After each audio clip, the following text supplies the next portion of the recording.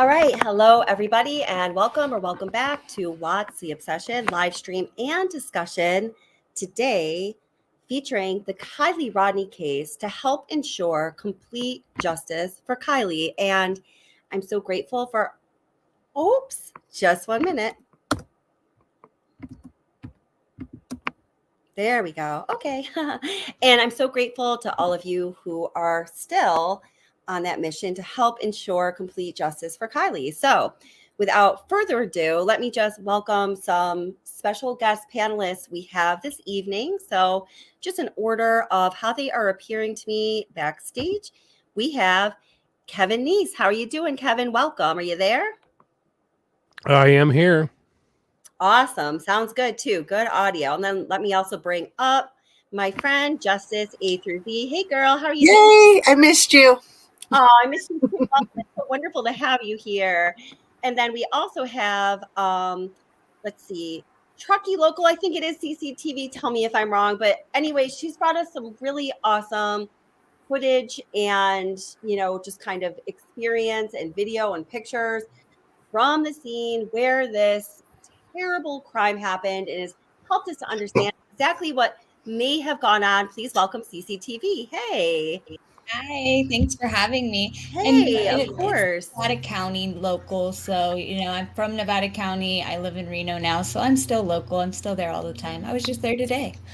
Awesome. Well, thank you for clarifying that. I just realized it's like, oh, I don't even know exactly how to introduce that. So it's so awesome to have all of you guys up here. And yeah. So I was just trying to, sorry, I'm just a couple minutes late. This is actually much better than usual. I love you guys so much. And thank you so much, moderators that are here. I appreciate you guys so super much.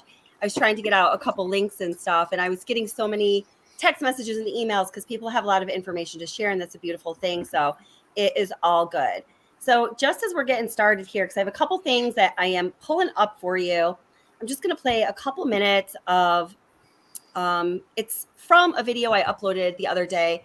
Some of you may have seen it, so please do bear with me. But the reason I want to play some of this right now is because the information contained within, in my opinion, is absolutely critical to understanding what really happened in this terrible, tragic case. Now, let me just give a little disclaimer that on this channel, we strive to present facts and facts only. Since we do have a number of guests that might be coming up to, well, these guys for sure, and maybe a couple other people. Some things might be stated that are opinions or speculation, and they're always based on fact. And I myself, please don't anyone be offended by this. If I have to, ask some questions to try to get to the core of things and get to the actual facts of the case, please don't anyone be offended by it, because I just really believe that that's the only way that we're going to actually arrive at a place of complete justice for Kiely. And I'm sure most of you agree. So let's see here. Let me just bring this up. And welcome. Whoops. My audio going a little crazy.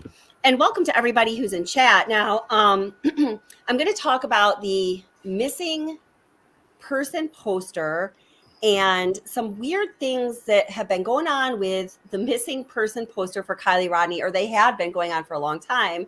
And some information that I just learned from an email that I got way back in September, but a lot of you know that I had COVID for a couple of weeks. I wasn't even online for a while. To that person who sent me that information, I know that you're in chat, and welcome. I'm so super glad you're here. If you want to come up on panel and speak for yourself rather than me telling the story, you're absolutely welcome to do that. And if you don't want to, just let me know. I'll also check my email just to see if you are trying to get me a message about that. I'm not sure if you want your name, your YouTube name to be put out there or not. All right. Ends uncertain, futures near. Follow the voices from below.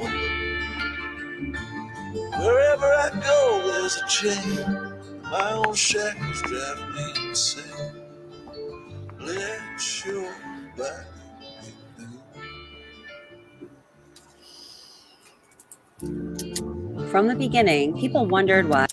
Oh, I'm sorry, guys. If just while the videos are playing, if you guys can mute yourself on panel, that would be awesome. It just helps with the, the extra fuzz noise. I really appreciate it. Thank you. Sammy Smith was front and center, why she was soliciting information from teens and she was asking them to give her information, even if they had given information to law enforcement or even in preference of giving information to law enforcement. And law enforcement seemed to allow this to continue.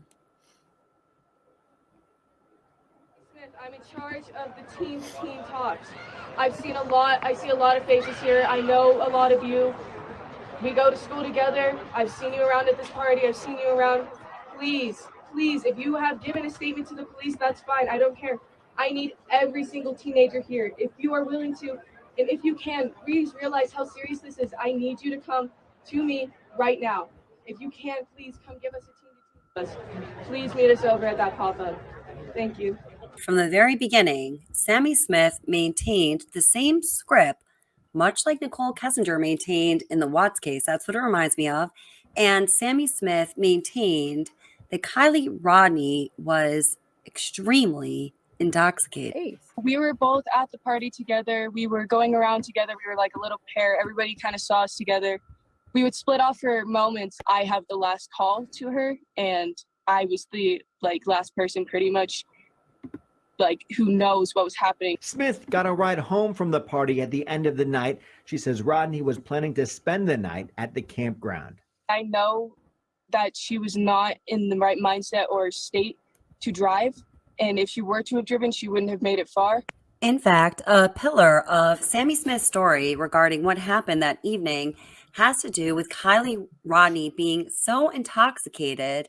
Sammy Smith felt that she could not safely get a ride home with Kiely, and so she had to leave Kiely to find another ride home. I was the last person to see her and talk to her, actually. She called me at 12:36 in the morning asking if I still needed a ride home from the party, even though about 10 minutes before that I had told her, I'm leaving. I already have another ride because I didn't want to drive home with her. And so I had told her that, but she still ended up calling me at 12:36 asking if I needed a ride, and she sounded just really drunk, I guess. And then I saw her the second she got there, and from that moment on, we were pretty much seen together all around the party. We would break off for mere moments from each other to go talk to other people or to go do other things, but we would always come back to each other. We were just going around the party. We were drinking the same drinks, being teenagers, throwing glow sticks into the party. And it started to grow really big, I would say around 10 to 10:30. So then Kiely and I were going around taking shots and just drinking. We were trading drinks with each other. We were sharing drinks with each other. We would go back to her car to get some alcohol sometimes. And then again, Sammy is sticking with the narrative of Kiely is really drunk. Shani Jones wants to ask you, on your last call, did she let you know who the quote unquote friend was that was driving her home? Yeah, so this is a common misconception. She was not being driven home and she was not driving. So, okay. At the end of the party, when I saw her, she was supposed to give me a ride home because I had asked her to give me a ride home because I wanted to stay later. I then realized later in the party that I believe she was drunk, and I knew she was drunk, and so I did not want her to be driving me home because I know about drunk drivers and all that. And so Smart. and I figured she would be staying there or she would find a ride home because she's a smart girl. She's smart enough to know, she's smart. And so then I found her as I was leaving the party. I was making sure to find her to tell her that I had another ride home and that I loved her and I wanted to say bye and for her to have fun at the party. And then when I left the party, we were pretty much on 89 with my ride. And she called me as I was in the car in the passenger seat and she was like, "Hey, where are you?" And she called me as I was in the car in the passenger seat and she was like, "Hey, where are you? Do you still need a ride home?" And I was like, "No, I'm okay. I'm in the car right now. I'm getting driven home now. In the car right now. I'm getting driven home now. In the car right now. I'm getting driven home now." But Kiely did not have a set ride home, and I was under the impression that she would either sleep there or find another ride home. And it was not known that anybody was going to give her a ride home. She was not, when she called me, she was not in a car. I could hear the party and many people talking in the background. There are so many issues and discrepancies and inconsistencies with what Sammy Smith says in her media interviews time and time again, but we're just going to focus on this one today, and that is Sammy Smith's claim time and time again that Kiely Rodni was heavily intoxicated, that she was not able to drive. If she did drive, she wouldn't have gotten very far, is what she said, that she was so drunk she couldn't get a ride home with her. And she says time and time again, sometimes, kind of superfluously, that Kiely was drunk. She's making a really big point of this. She's driving it home. She doesn't forget to tell us about it in any of her media appearances. Okay, at this point, I'm just going to switch to a different video because I did a little more editing on this different video and it presents it just a little bit better for you guys. So just bear with me. Oops, Kevin East is back up. I'll grab you in a second, Kev. So happy you're here. Let's see. This is really funny, guys. So as I'm preparing material that I want to be showing you guys this evening, I had pulled some stuff from the Placer County. No, I'm sorry. Well, both. And Nevada County press conferences or press releases or pressers, right? So as I'm pulling this information straight from YouTube, because as you guys know, a few weeks ago, my computer was hacked and I had devastating corruption to a lot of the files, including some of those files, mostly Chris Watts files, but some of those files too. So I'm trying to pull them straight from YouTube as to not, have anything weird happen. They are just totally glitching out. I don't know. That's the best way I can describe it because a number of different things are happening. Let me bring this into the stream and I'll tell you a little bit more about exactly what's going on in a minute because I'm going to be checking it out here. Oops. Okay. So here we go.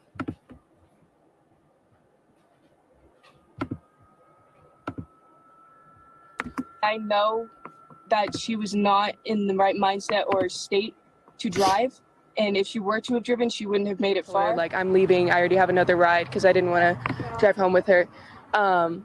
And so I had told her that, but she still ended up calling me at 12:36 asking if I needed a ride. And she sounded just really drunk, I guess. She was supposed to give me a ride home because I had asked her to give me a ride home because I wanted to stay later.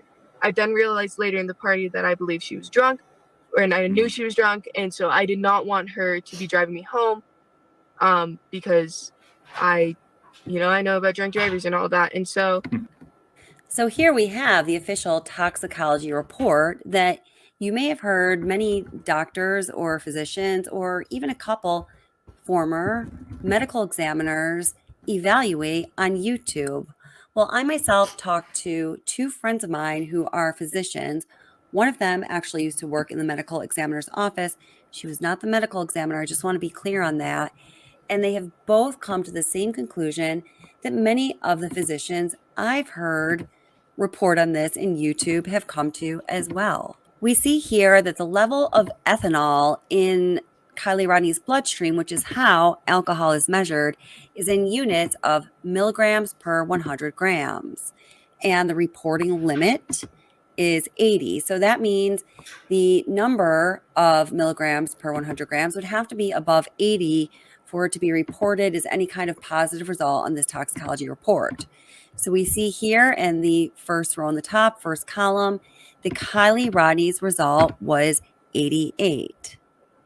What I have learned from my two friends who are physicians, one of them who used to work in the medical examiner's office, is a similar finding to what Dr. Latina announced on Zav Girl's channel. And I've heard a couple other physicians discuss on other YouTube channels, is that a level of 88 could be accounted for by the process of decomposition itself. So something we learned in the Shan Watts case, or that you might know if you know more about autopsies and medical facts in general that I do, is that when a person passes away and a body goes through the process of decomposition, the process of decomposition itself creates alcohol as a byproduct.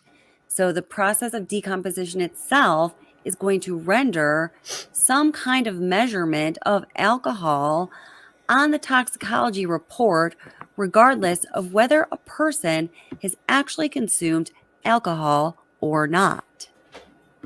So something that we need to know when we're looking at this chart I'm about to show you is a finding of 88 on a toxicology report for ethanol levels is going to be equal to 0.088 when we look at this chart. So we can say, even that it is 0.9, okay? So if you look at the top row of the chart, you see a person's body weight. So we have 90 pounds, 100 pounds, 120 pounds, 140 pounds, and so on. So Kiely Rodni weighed only about 100 pounds.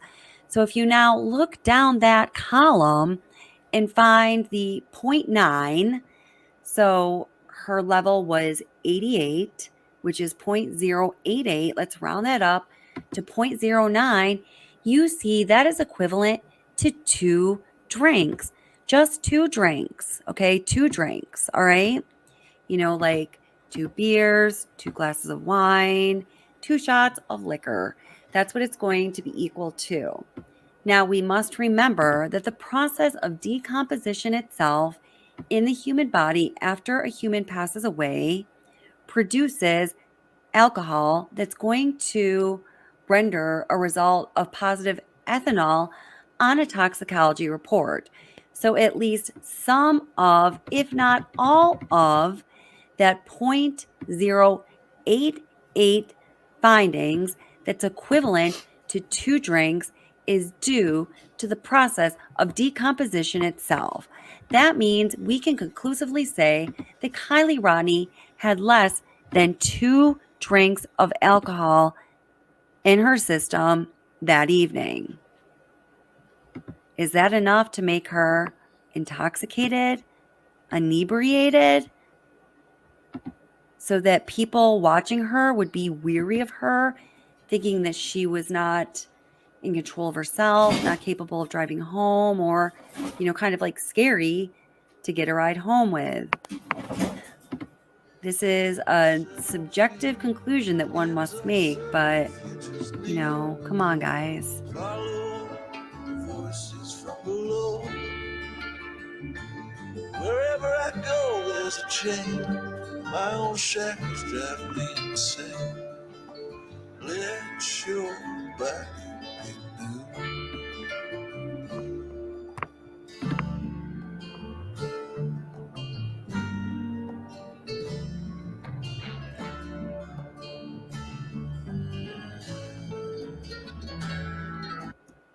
Okay, so let's see. We just have one more creator I just want to bring up onto panel. So let's see. I think that's Haley B down there. Just got to scroll down a little bit. And Utter Nutter, Ara, Gregory, Jody is cool. Yarn and Mittens. Don't worry about the link, sweetie. I'll take care of it in a little bit. And I hope I didn't miss any moderators, but if I did, I'm just so grateful you guys are here. Thank you so much. I really appreciate it. And let's welcome also at the scene with Haley B. There you go. Okay. I see you did quotation marks. Sorry about that. Oh, don't you worry. Yeah. Hey, everyone. It's so good to be up here.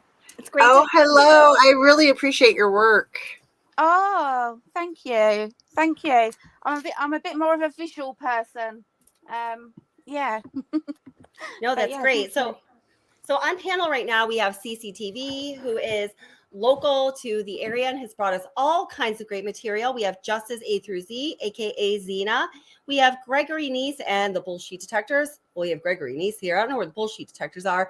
And then we have At the Scene with Haley B. So before moving on, and pretty soon, yes, we are going to talk about those missing person posters and the way that they are staged and the discrepancies that somebody who's in chat now brought to my attention through email, somebody who works for or volunteers for Class Kids, who exists for the sole purpose of finding missing children and teenagers. Some things she pointed out to me that I believe are quite alarming. But let me bring it to you guys at this time. What do you guys have to say? Let me just kind of go around the way that I'm seeing you right now in my backstage. So CCTV, you've never been up on panels. So actually, let me start with you, sweetheart. What do you have to say? Oh gosh, I mean, you guys know right now I'm currently focusing on just bringing it back to the basics on where locations actually are instead of people wasting their time trying to look in different locations. Trying to go back through some footage that I have, before the cameras got taken down. There's a lot that I'm still working on. I've narrowed it down to, my group of people that I think it is. Anybody that knows me and knows my channel, I don't speak names, so I hate to disappoint there, but I'll give you clues and anything I can all day, as best I can without crossing that line that I've drawn for myself. So I mean I have and Kelly, we talk behind the scenes from the beginning of when I first started getting into the Kiely Rodni investigation. Yes. I get what I need and I go and I figure it out on my own, and then I present it when I'm 100% sure on everything that I can prove with that. So it takes a lot. And I love that about you. Yeah. Thank you. Just 1 second. I've got reverb on somebody. So somebody who's on panel has the live stream open up in the background, maybe. So if everybody could just check and just check that out so we don't have the reverb, that would be great. I don't think it's me, is it? Nope, I don't hear it anymore. Can you talk again, Cece? Yep, I'm still here. Okay, you're good. Go ahead. Yeah. Oh wait, no, I think it's on you, sweetheart. I don't know what's. I think it's when you unmute. I hear the echo in the background. Do you have the stream up somewhere? Sometimes I don't. I'm sure that I don't. And then I start clicking around. I'm like, oh my gosh, look at there it is after all. Do you want to just check it's not me? Nope, it's not. Nope. Okay. Okay, is that better? Yes. There you go. Okay. Perfect. I closed any window. I mean, there was no other ones up, but I closed any one that was there. Can I raise my hand? Can I ask Cece a question? Yeah, go ahead. Go ahead, Dina. I was curious when you said about the people whose names you won't name, and that's fine. But what people are you talking about? I'm a channel that I won't mention who I think I'm looking into. I've always been where I don't want to drag somebody's name through the mud if I don't 100% have facts to stand behind that, because that's something you can't take back.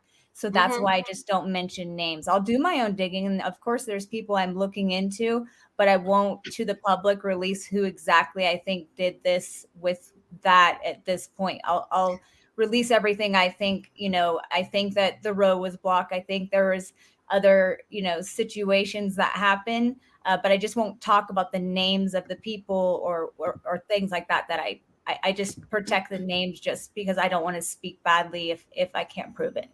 Of course. Yeah, I just want to say something really quickly there. I really appreciate that CCTV does that. And, I definitely don't do that. I did that I never did that actually. So I'm lying. But I try to be very careful with names that I bring up. And, there are times when honestly, I have to go back and say, I was wrong about this. And I have no problem with that because I'm never going to, try to give people the idea that I think I'm right about everything. But I have noticed recently, I'm just going to put it out there that there are a few channels, and I don't really want to go too far into this, but I just want to say this is CCTV's point. I really respect the way that she does things. That, I was really liking what they were doing, and they've taken a couple turns recently and are going in maybe the same direction, but in a more kind of severe, nasty way, or they've taken a sharp turn and they're really strongly pointing fingers at others, and it just kind of personally turns me off, and I think it can be a little irresponsible. So thank you for doing that, CCTV. I really appreciate it. Yeah, so, and I appreciate everybody understanding too. So I just wanted to get that out there. Thank you, guys. Of course. So let me throw it over to Kevin Neese. Kevin Neese, what's on your mind recently these days regarding this case? Well, there's been so many things that it's like every time you start following down one road, it forks off and gives you two more paths to go down. The last one that I watched, it was interesting. I watched earlier today. I watched YouBackTube Jeff's video on this, and he's talking about the cartel being involved. Well, I just talked about that the other night on my live about the cartel being involved, and Yeah, I heard I that. have somebody who has very intimate knowledge of what's going on. Now he's saying Placer County is what Jeff was saying. He was saying Placer County, but my informant has specific knowledge about Nevada County and Shannon Moon and Sam Brown being involved in it. Okay. And Shannon Moon, guys, is the sheriff of Placer County, by the way. Right. And I think that people don't realize how much pull and influence that the cartel has. I mean, they control Mexico. I mean, nothing comes. There's no drugs. There's no people that come across the border without the cartel's permission. And now, Kevin, can you just tell everybody your background really quickly? In Southern California. Okay, I was a cop for 10 years. I worked for both the city, county, state, and I also worked at federal level for the U.S. Attorney's Office. So I've got about 10, 11 years experience in law enforcement. Awesome. That's awesome. Thank you so much, Kevin. And I just realized this whole time I didn't have my mic plugged in. Oh my gosh. Everybody, is the audio okay? Can you just let me know out there? All right. I hope it wasn't echoing earlier. Yes, okay. Nice and clear. Okay, perfect. Okay. So thank you. And thank you for bringing that expertise, and thank you for your service to the community. I appreciate that. So I'm sorry, I kind of interrupted you. Sure. Please go ahead with what you were saying with the possibility of the cartel. Well, the information that was given to me is that, of course, everything going up the I-5 corridor comes up through Tijuana, and and crosses the border at San Diego there, and then heads north. And a lot of times they'll if they're heading north, like to, of course, I worked for Oregon State Police, so I was stationed in Medford, which is about 30 miles from the California border, and the vehicles going north have drugs, and vehicles coming south have the drug money. So, and then there's also where they split off and head across I-80, which of course goes right by Truckee. So my informant said that what they do is that the drugs are received at the jail.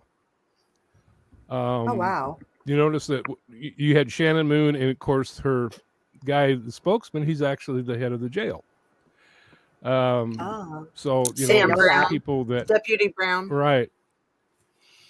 So you've got people that and I don't know how many people are involved in this. It may be just a few, but I know that there were others who were involved, and that's how I ended up knowing about this, is that somebody that was aware of this other person that was involved as well. So, but what they told me was that they come up, the drugs are run up, they're received at the jail, and that they're distributed from the jail. Now, I don't know if you saw Living Lake Times video about the DA saying that they're not going to prosecute drug dealers. Right. Yes, I did watch that. I did watch that. Yeah, he's funny. Gee, I wonder why. Justice A through Z turned me on to him. Yeah, right. The DA saying we're not going to prosecute drug dealers because we don't think that they mean to injure anybody. Huh? Well, and I wonder if that might tie in directly with Kiely. That's what I timing. Right, and that's what I've been trying to figure out. I know it's tight, because I knew it went deeper than just them covering all this up. Right. I do know, like Jeff was talking about, that they steal the water from these reservoirs to water their pot farms and a lot of the stuff that they're growing there. So of course, then again, who's involved with the water rights there in that area? Who's that?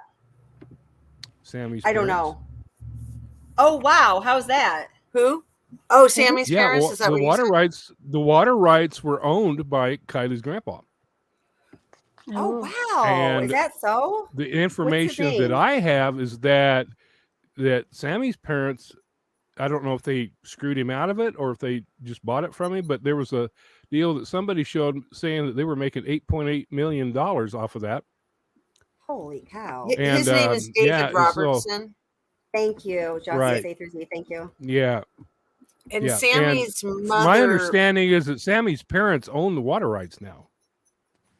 Oh Well, wow. And there was Kevin, a did guy, you I hear Wow. about? can't remember who it was. Was that? Did you hear about the big lawsuit? Sammy's mother sued the granddad. I think it was a while ago. No. A I huge hadn't heard ass about that. lawsuit. Huge. I mean, I did some digging into his water business. It was like the Lake Tahoe public water facility utility. Can you He tell owned us it. about that? Dina, Mhm. can you tell us Right. about Yeah. that? He owned it for about 30 years. So I think he bought it in about 1986, and Okay. he owned it up until maybe 30 years later. But it really sounds like one of those things that you can't ever get out of. It sounds like he's maybe still involved. I'm not sure. But it looks like there was just a ton of lawsuits, just a mess. Now, do you know what the lawsuits Well, I don't were remember what site it was, but pertaining there was somebody showing that Sammy's parents are basically, I don't know if they basically screwed him out of it, but they're in control of it now, from what he was Right. saying Well, on this one. I what wish I could I remember what channel it gleaned- was.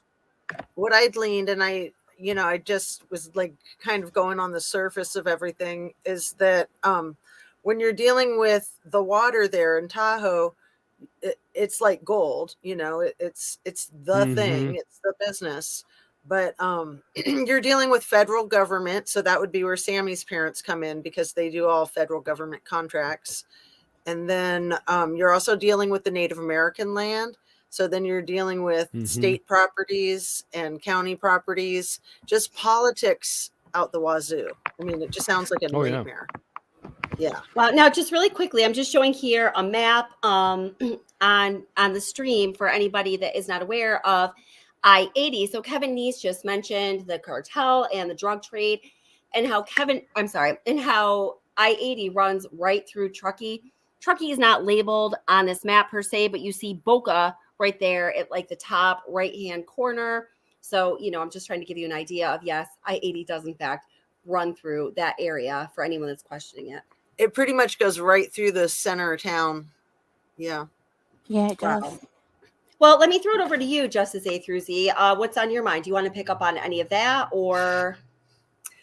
Well, I made a short video tonight, just about half an hour ago, and my mind has kind of gone to the dark side. So I want to be conservative because I don't want to be dramatic, and I really want to hear from everyone that's here. I think everyone's got a lot to contribute. And I made a video yesterday about Real Justices number 65. Yeah. Where he laid out a case that I think is a very realistic possibility of what happened. But it hit me right in the heart, and this is why. Because to me, it was like the cleanest version possible. It was like the G-rated version. It was with the least amount of evil possible. Like, this is the least of what happened to Kiely. This is the least of the backstabbing, brutal betrayal that this poor girl dealt with at the end of her life. It's the best case scenario. So I don't know if everyone's seen that yet, or if anyone's interested in looking at it. And I know that there are a lot of Real Justice fans, and that there's also quite the opposite. And it just struck me as a very distinct possibility. He laid it out very precise, like a lawyer, just very evidence-based. Well, he claims to be a lawyer, which I'm not clear on, and I'm just going to give my thing about Real Justice. And hi, Real Justice, but Real Justice. Real Justice is. I actually did watch that video, and as far as what he said about the car driving along the shoreline and making a turn, I totally agree with that. In fact, I had discussed that with some other people. I think that is pretty on point, and I can show you guys my version of what I think that's like. The rest of it, as far as being suspect of Sammy, he picked up on a lot of the nonverbal cues and verbal errors that I and other people have put out there. And I agree with all that too. I found as a whole, number 65 to be pretty accurate. I just am going to say, with some other things that have been put out there, I mean, I personally feel that they're very easily disproven. So everybody, of course, you always have to look at things with a discriminating eye and apply logic and come to your own conclusion. So that's all I want to say. Go ahead. Thank you. And so my first thought was, like I had stated a minute ago, that this was the G-rated version. Mm-hmm. And I don't like to be rude as far as just sexually explicit. It has always struck me that there was a sexual element, motivation to what happened. And I just want to be really careful. But the betrayal, I think the biggest thing is that I really believe that it was premeditated. I don't think it was an accident. So Okay, wow. that was Okay. the biggest thing. And so even when I was watching it and thinking, you know, I think he's got a really good case here, I still completely disagree on that. I think it was 100% premeditated. I think that the two friends that she was hanging out with earlier that day, it was their job to get her there. And I think it was just a vile combination of jealousy and promiscuity and hurt feelings and just a lot of rage and revenge. And I think that there was a motivation to humiliate her. And I fear that she was sexually assaulted by many people. There, I said it. Okay. All right. Wow. That's pretty intense. It's awful. So, It's awful. yeah. And so I hope I'm wrong. I pray that I'm wrong. Yeah, Please, I know. I mean, please let me be wrong. certainly no one wants to be right on that. But just as you're saying that, I just want to share with you one little clip here. Let's see. You know, and I'm sure you've probably heard me say this before because I've said it a lot of times about this one little clip. You know, I created a whole video about, for those of you who don't know, I'm a behavioral therapist. I'm very learned in behavioral analysis, and it's something that I apply and use every day. So I made a whole video analyzing Sammy Smith's nonverbal communication indicators, and then also some of her, you know, a statement analysis of some of the things that she tells us with her own words. The conclusion that I've come to, and I feel extremely certain of this conclusion, and I've shared these clips with people that I work with that don't have any context, and all of them agree with me. We've come to a virtually unanimous conclusion on this, is that Sammy Smith had contempt and disgust for Kiely. I feel certain about that. So I'm just going to show you here an example of where we see that. And again, these are, you know, nuanced, nonverbal indicators and things that you can determine through methodology applied to somebody's statements that allows you to arrive at such conclusions. But here's an example. 36 in the morning, asking if I still needed a ride home from the party, even though about... Whoops, I gotta go back a little bit, sorry. See her and talk to her, actually. She called me at 12:36 in the morning, asking if I still needed a ride home from the party, even though about 10 minutes before that, I had told her, like... Sorry, that's not it. I have to go to a different one. Let's see here. So go ahead while I'm pulling up that video. So anyone else, let's hear. Haley V, we haven't heard from you yet. What do you think? Hey, yeah. It's really interesting because I've not as yet heard the cartel. Yeah, I've not heard that before now or before tonight. Mm-hmm. So that's kind of interesting. Mm-hmm. And then Zena, when I'm listening to you, because I've always had this feeling that whatever happened that evening, that Kiely was kind of collateral damage. Mm-hmm. I almost felt like that. So it's interesting that, you know, you said that you've had thoughts about that she was it was premeditated, because for me, I told her, like, I feel like I've kind of gone the other way, and that's really down to the timing of it, because I feel like if it was a planned, premeditated act, I think it would have happened later on. I think it would have happened later on in the evening when there wasn't so many people around, you know, because at that point, when that car went into the water, if that's what we are to believe from the footage, and I do, there were a lot of cars and there was a lot of activity, and I feel that if it was premeditated, then that would have played out differently. So when we found that footage of the car going in, and I said this to Kelly, it changed my thinking, because I knew that for instance, the incline on that where the car went down. So when you go over that hill, like, it's very steep and it's almost an illusion. So when you look at that, where the car enters the water, from different places, sometimes it looks flat, and other times there's a steep hill there. But there's definitely a bit of a lip where that car goes over.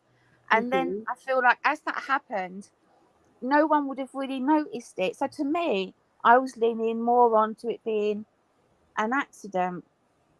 But then I have questions because of the family's behaviour, because of the being cremated, almost secretly, I felt, because when we saw that hippie kind of party, garden party, whatever that was supposed to be, we then hear that was like a funeral, but we didn't know that until afterwards, and that was odd to me. I mean, that was to be in such a rush. If that was I'm a mum of 5, and if that was one of my daughters, I'd want to make sure that every box was ticked before I went to that degree. What was the rush?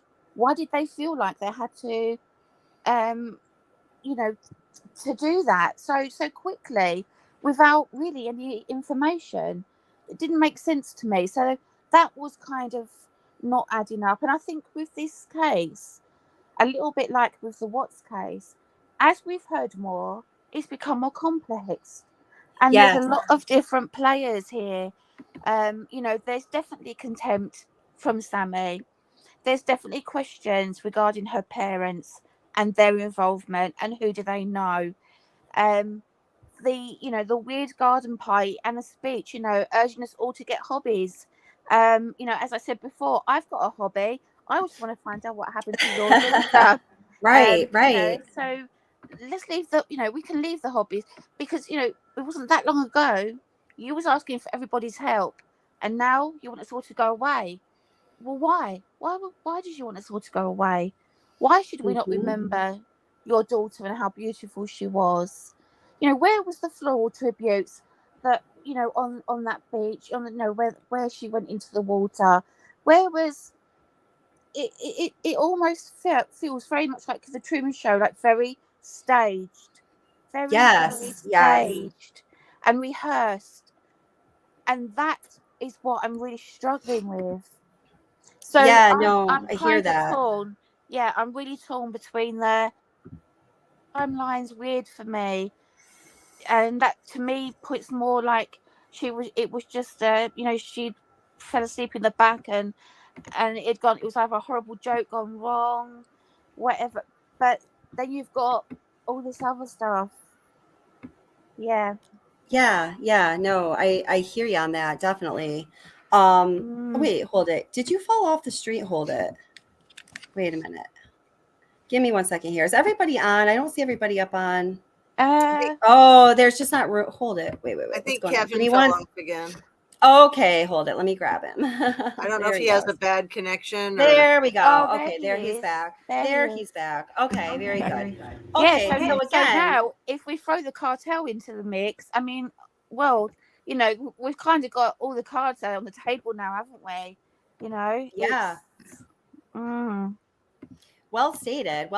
Now, I actually want to, this is a good time, I think, to bring in, what I was referring to earlier about the missing posters and the discrepancies or the stagedness of the missing posters.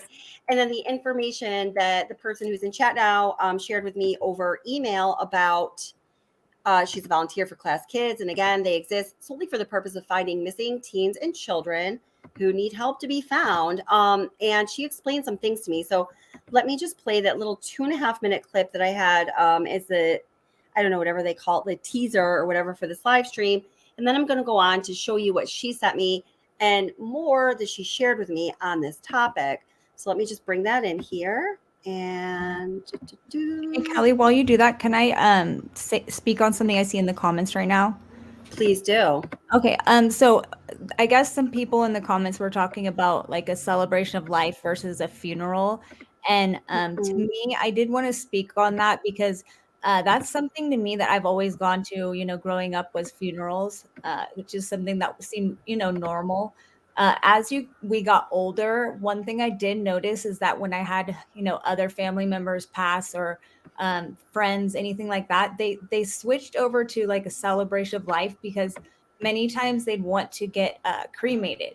So instead of, having a casket there to having a funeral with, how it used to be with like our parents and stuff like that, it's different now. So I did want to comment on that. No, I agree with you. And I've experienced the same thing over, the history of my life with funerals and celebrations of life. And, it is kind of, a nicer thing. I mean, I personally, and I think probably a lot of people agree with this, dread going to funerals. A celebration of life feels a little more tolerable because you're in such a severe state of grief and pain. When you've lost a loved one, it feels it feels more appropriate to celebrate their life. So the celebration of life for me personally is not, per se what I have an issue with, but let's get back to this. I just want to stick to the missing posters really quick, but that was a really good point, CCTV, and thank you. Yeah, thank you. Inconsistencies. Yeah, I was on mute. Okay. Many inconsistencies and discrepancies when it comes to the so-called facts of the Kiely Rodni case.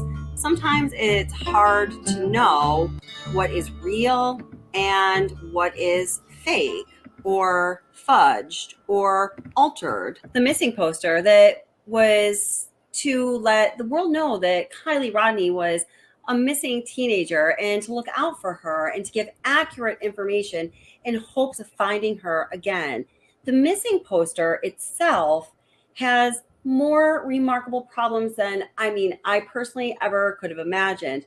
First of all, it was brought to my attention by one of my viewers several weeks ago that the missing poster that was very commonly used, the picture that was most commonly used in the missing poster that let the world know that Kiely was missing and let's please find her, used a picture that had a false background.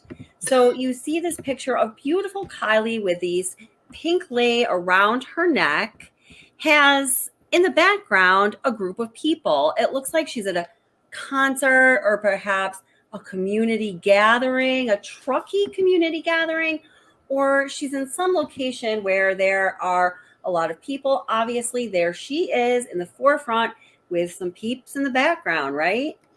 The problem is that original picture of beautiful Kiely wearing that pink lei with her mother next to her is not with a bunch of people in the background. They are not at a concert. It doesn't.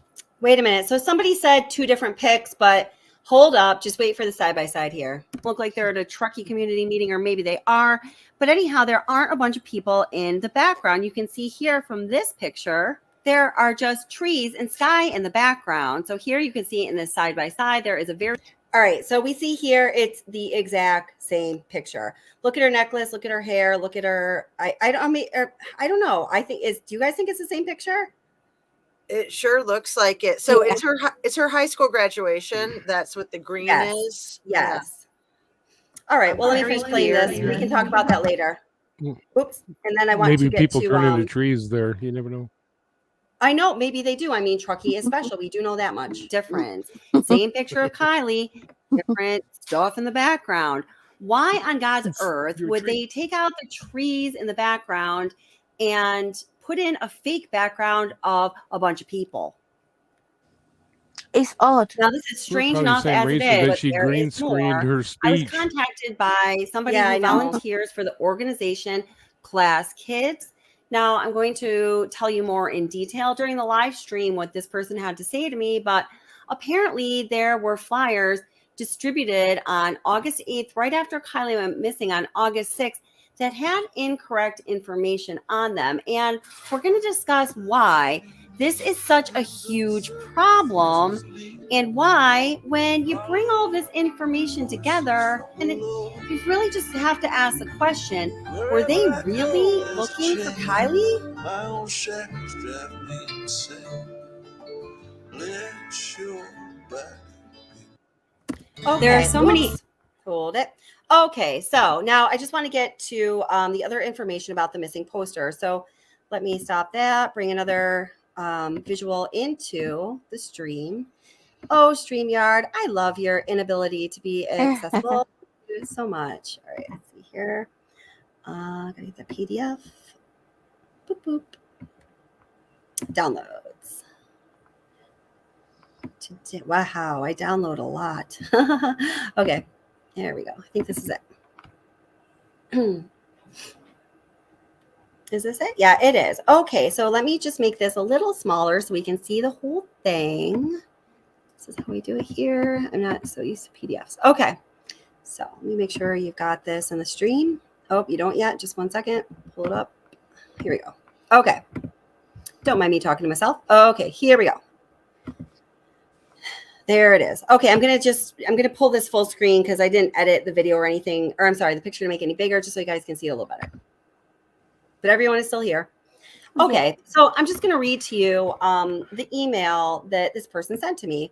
So she said, well, most of it, some of it's not necessarily relevant, but I watched your video today about Kiely Rodni where you were questioning whether her mom may have been involved, and I have information I think would help. Now, just to be clear to everybody, that I don't necessarily think the mom was like involved in her demise per se, but I do believe the mother's behavior is extremely strange, using those same methods of behavioral analysis that I explained to you before and statement analysis.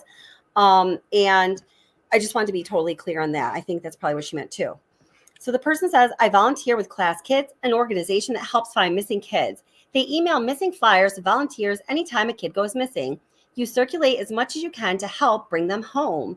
Because of this visibility, they have a high success rate, which I researched last night. I looked up and I figured that was the case. That's what I believe to be true about them, but the data shows she's exactly correct. At the bottom of the flyer, it has a spot for important information. So it's my idea that Class Kids probably has a specific format that they want for their missing posters because they do have a high success rate. So why, break what's already working, right?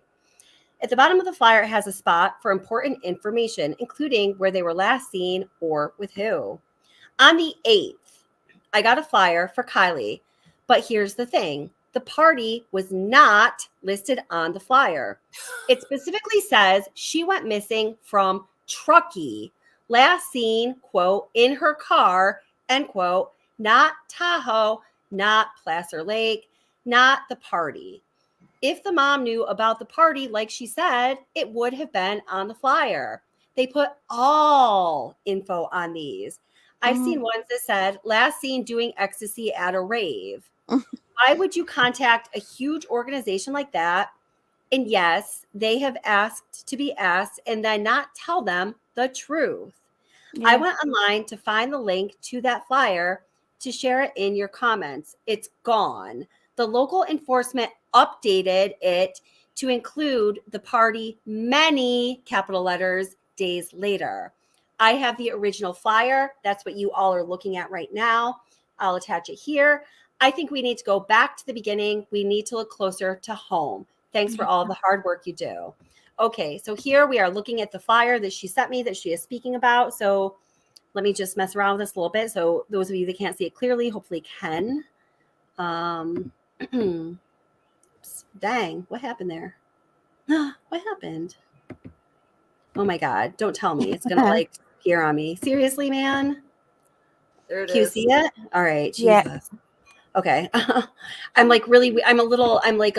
scared of everything now. All right. Like things just go poof.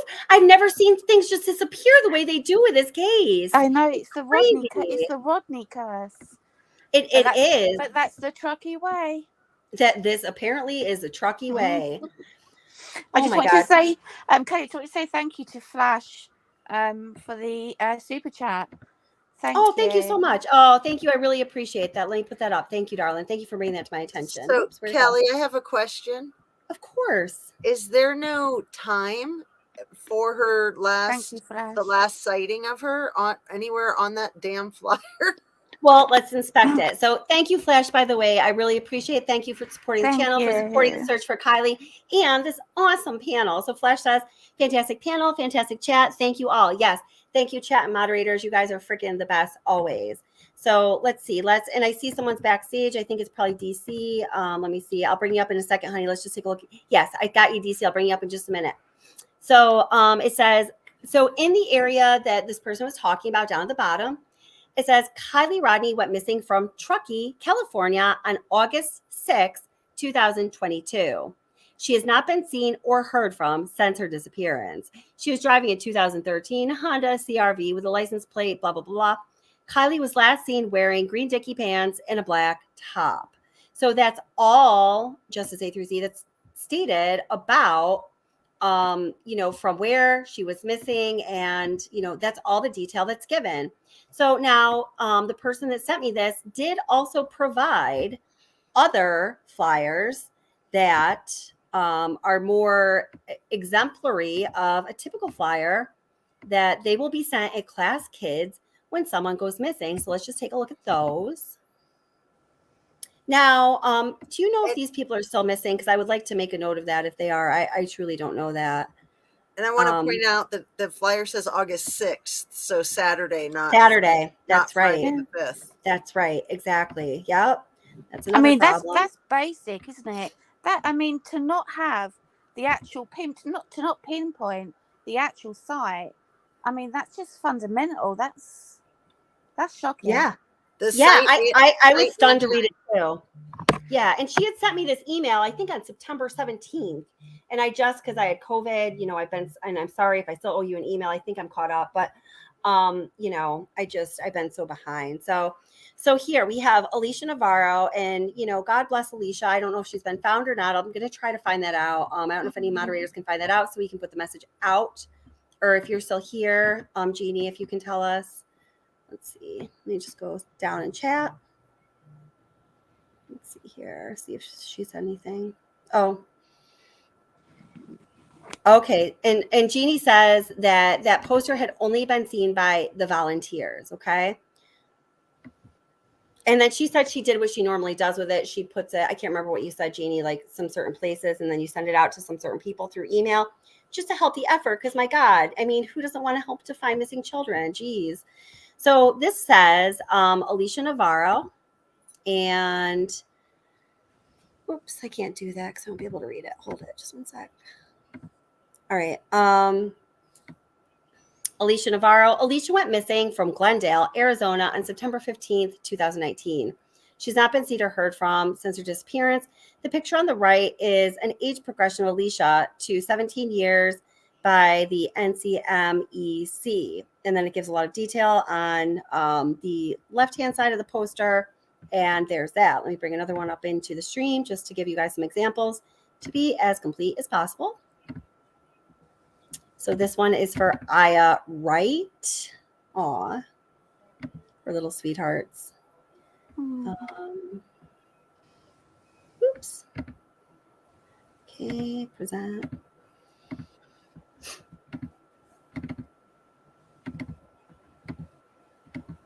All right, so Aya.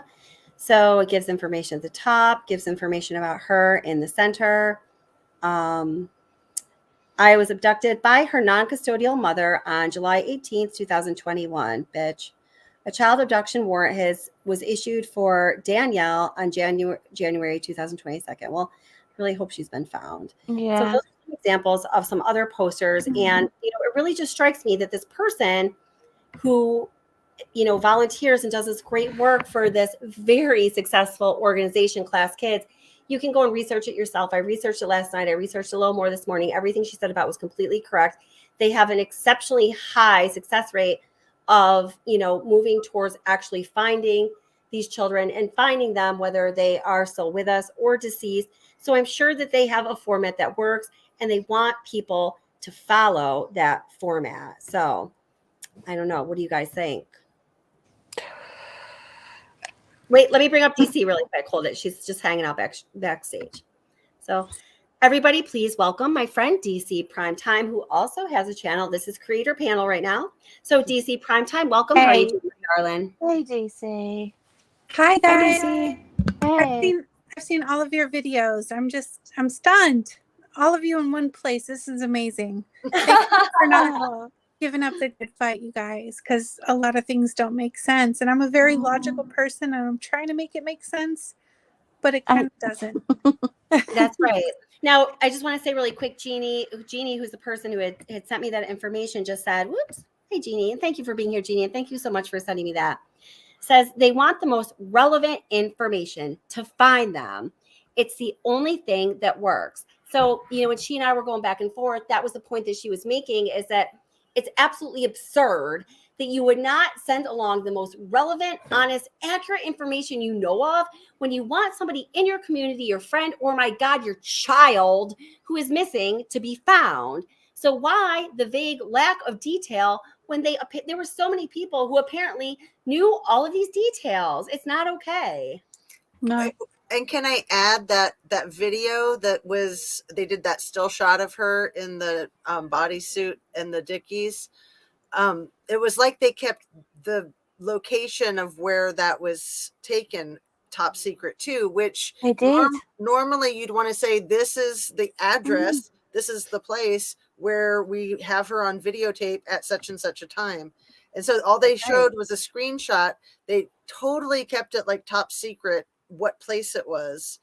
And usually you try to put all those details out there, even the things that she bought.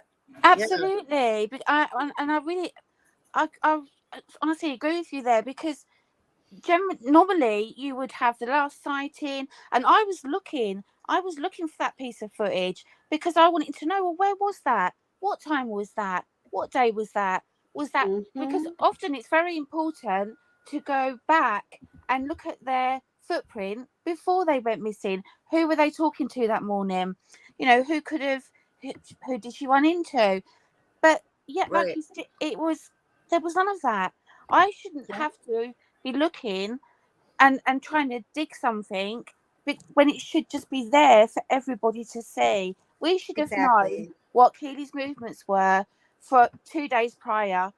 We should have known. We should have known, because it's so that it could have been so valuable and so important. I mean, if she hadn't been abducted, which is something they said they were afraid of, we may have then been looking at who was in that shop with her, who was outside, was there a suspicious car. So again, like you said, that even that wasn't handled. It wasn't handled in the way that it should have been. There was no urgency. There was no urgency in any of this, any of it. And Agape Love had been making some notes in the chat about the photograph of Kiely in that Odd Future sweatshirt where she's sitting at like a cafe table with Mags and Kate.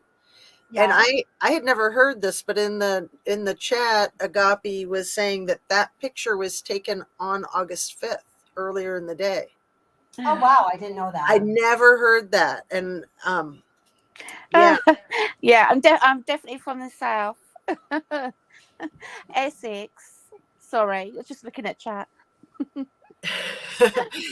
so, I had heard that law enforcement said that they had videotape of Kiely wearing the white Odd Future sweatshirt at the party. There's never been any still shots or footage that's emerged of that.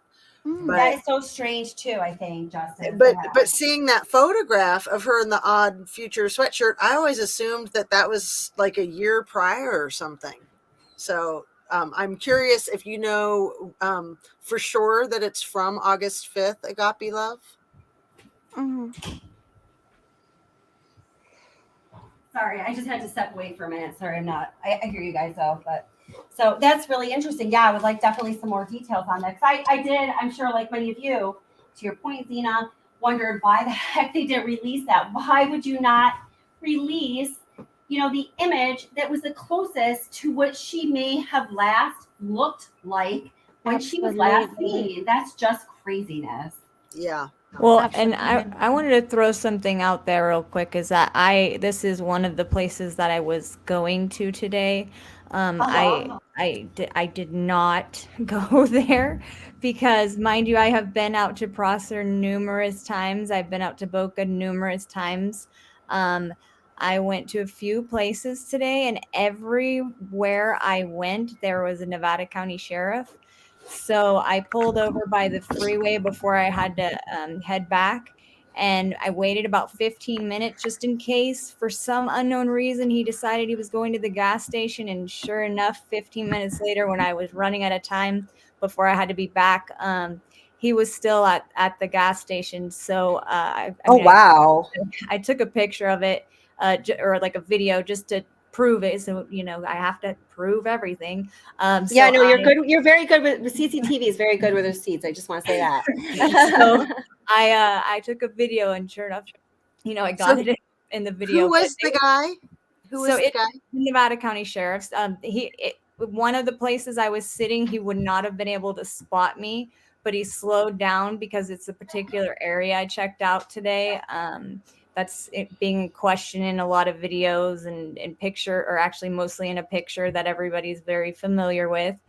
So I went to that area today, but I ended up on the other side, and I'm sitting over there, and he drives by really slow. So I passed him. I'm like, I'm getting out of here. I'm going to the gas station before he goes that way, just in case. I don't know why. I feel like he's going there.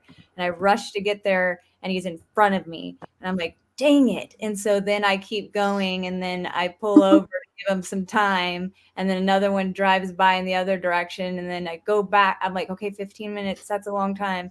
So I go up there, and sure enough, he's there. So I'm like, I have to leave. I'll be back. So oh my God, that's so funny. That's proper surveillance going on. Well done, you. Are you thinking that his presence is connected to Kiely Rodni? I will tell you guys this much. As many times as I've been out there, I've never seen more unmarked vehicles. I've never seen more law enforcement presence than I have in the last 3 times I've been out there. I sent an email to the gas station. Hey, Cece, I got a question for you. Is this Kevin?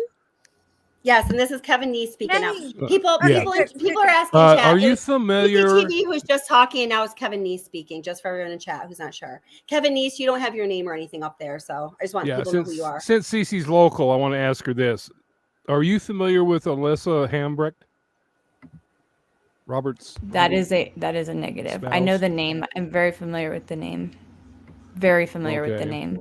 We know Nate Hambrecht, right? She is a huge, Robert Hambrecht's wife. Forbes Alyssa. Magazine. She is a huge marijuana grower. Yeah, she's on Forbes magazine. Yeah, but I don't nationwide distribution of marijuana. Mm-hmm. Yep. Yeah, that's what she's a huge cannabis grower. So I'm just saying, So going back to what Kevin, tie it in, Kevin. Go ahead, make the point. So I don't know. Yeah. I'm not going to do the name thing. No, that's well. Yeah. So I'm like, yeah, I know. Totally know. Definitely. Yep. That's all right. I do the names for you.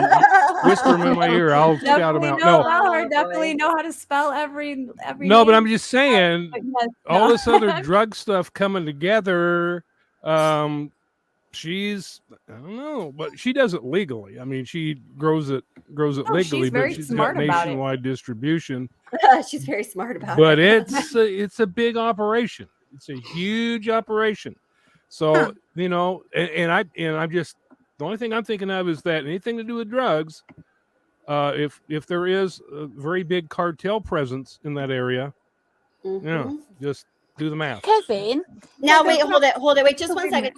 Somebody in chat was asking, CCTV, when you saw the presence of the authorities out there, was it who were they from? Was it what was the question? It was Nevada County Sheriffs. Nevada County Sheriffs. You know the ones that I'm telling I'm coming for on my channel right now. The ones I don't necessarily want to run into. So for anybody that wants to say, why didn't you have it in you to go and talk to them? Let me tell you, because I wanted to go home today. So I did not want to be in a room I did for not hours. want the metal No, shackles, right? I I did feel not like a want girl. it. I did not want my location to disappear on my at a gas station. I could not chance that. Yeah. Nope. Or you didn't want a Wasn't worth room with it. bars for the doors either. No, it was not worth it, Exactly. you guys. Oh my God. So That's Kevin, I crazy. just want to ask you, you know, because I'm really interested in your take on, you know, the cartel, and so how are you tying this into Keely's disappearance? How are you tying that? Yeah. I haven't fully tied it in yet, but I'm thinking that it has a Mhm. connection somehow. So she was like I don't know wrong how if place. it has anything to do, because I know that. Yeah. Well, like Jeff today was talking about. Oh, by the way, if you guys haven't seen his video, he's hiring a private investigator to get all the answers for us. Oh. Oh wow. So if you haven't nice. if you haven't Thank watched you. his video, it's pretty interesting. So he's got this Mm. private I'd love to see investigator that's that. got over 20 years experience, and the investigator guaranteed him that they could get all the answers for us. So Really? Wow. we'll see. We'll see how that goes. Mm. That's But I'm amazing. hopeful. Now, who is that again? Who is that again, Kevin? Jeff, who? That's YouBackTube Jeff. If you look at if you Google Okay, or got Google, ya. put in YouTube search YouBackTube Jeff, Gotcha. and he's got a video Okay. that came out yesterday, I believe it was. So Okay. Kevin, just to clarify, so are Really you good thinking video. then that that was more she was like collateral damage? She was in the wrong place, the wrong time. Did she see something that she wasn't supposed to see? I don't Is know. that your See, I thinking? haven't fully. I'm still thinking that over. I know. I really feel that it's more than just her. I think it goes Yeah. deeper than that. But why? That's what I'm trying to figure out. Is Yeah. why? Why would they? You know, did she see something that she wasn't supposed to see? Yeah. Is Sammy connected with? You know, somebody told me that the sheriff's office had made. There's some Venmo. She has some screenshots of Venmo payments that they made to Sammy. And I asked her to send me the screenshots, and she said that she lost them. So I don't know, but There was a but Venmo she says that they payment did to exist. Sammy. I'm sorry to interrupt. There was a Venmo payment to Sammy from Lindsay, I believe, on August 7th. Have you Right, guys that was heard that? supposed to be for the Okay. food or something. Oh, it was on the 7th? I think so. That's what I've Because heard. I heard it was supposed to be stuff for the party. I don't know if maybe she was paying her back or whatever, but that's what somebody said. It was for the party stuff. Let me Wait a just bring. minute. Go ahead. Wait, like from Sammy or from Lindsay? Lindsay to paid Sammy. Sammy. From Lindsay to Sammy. Huh. Do we know the Interesting. amount? I don't know. I don't know. That's weird. I guess you can go on Venmo and look at the records. Like it's all public records. Is that right? Yeah, I'm trying to look it up right now, but I don't think I'm going to get there. I'll tell you in a minute if I find it. So I thought it was about August 6th or 7th, and that it might have said pizza in the memo, and that it might have been just like a small amount of money. Okay. I don't know. Okay. Yeah, because the rumor was going around that she paid Sammy to kill Kiely. So it's like, you know how stuff grows, you know. Yeah, no, I think that's a little. Yeah, Jesus. That's a bit of a leap. Yeah, anything with pizza in the title, I kind of take with a has to do. Well, anything with pizza in the title in different places in the United States. But isn't means, pizza a code word though? Pizza is a code cocaine. word for something. It's for cocaine. Code word for cocaine. Yeah. And then you also have Pizzagate. Yeah, well, but let's not go into Pizzagate. Yeah, no. But pizza is a code word for cocaine. So really quick, Agape Love just says, how about when Meg said in the presser, Kyle will be found by the community and the community only. M was standing next to Sammy in the interview. So let me just play that for you because I always find this to be very interesting too. And I also want to keep this theme wrapped into this live stream of, you know, all things being staged. Like, you know, if that picture that was on the missing poster was in fact altered, so instead of trees being behind her, there's a big group of people. I am still just completely confounded and befuddled about what the hell is up with this Truckee Way community thing, because it is just completely nonsensical to me. But let me just play you this little piece of the presser that Agape Love was talking about. It's at the very end where you'll see Mag says, and the community only. Sammy kind of talks over her and like says something like, you know, we'll take help from anybody.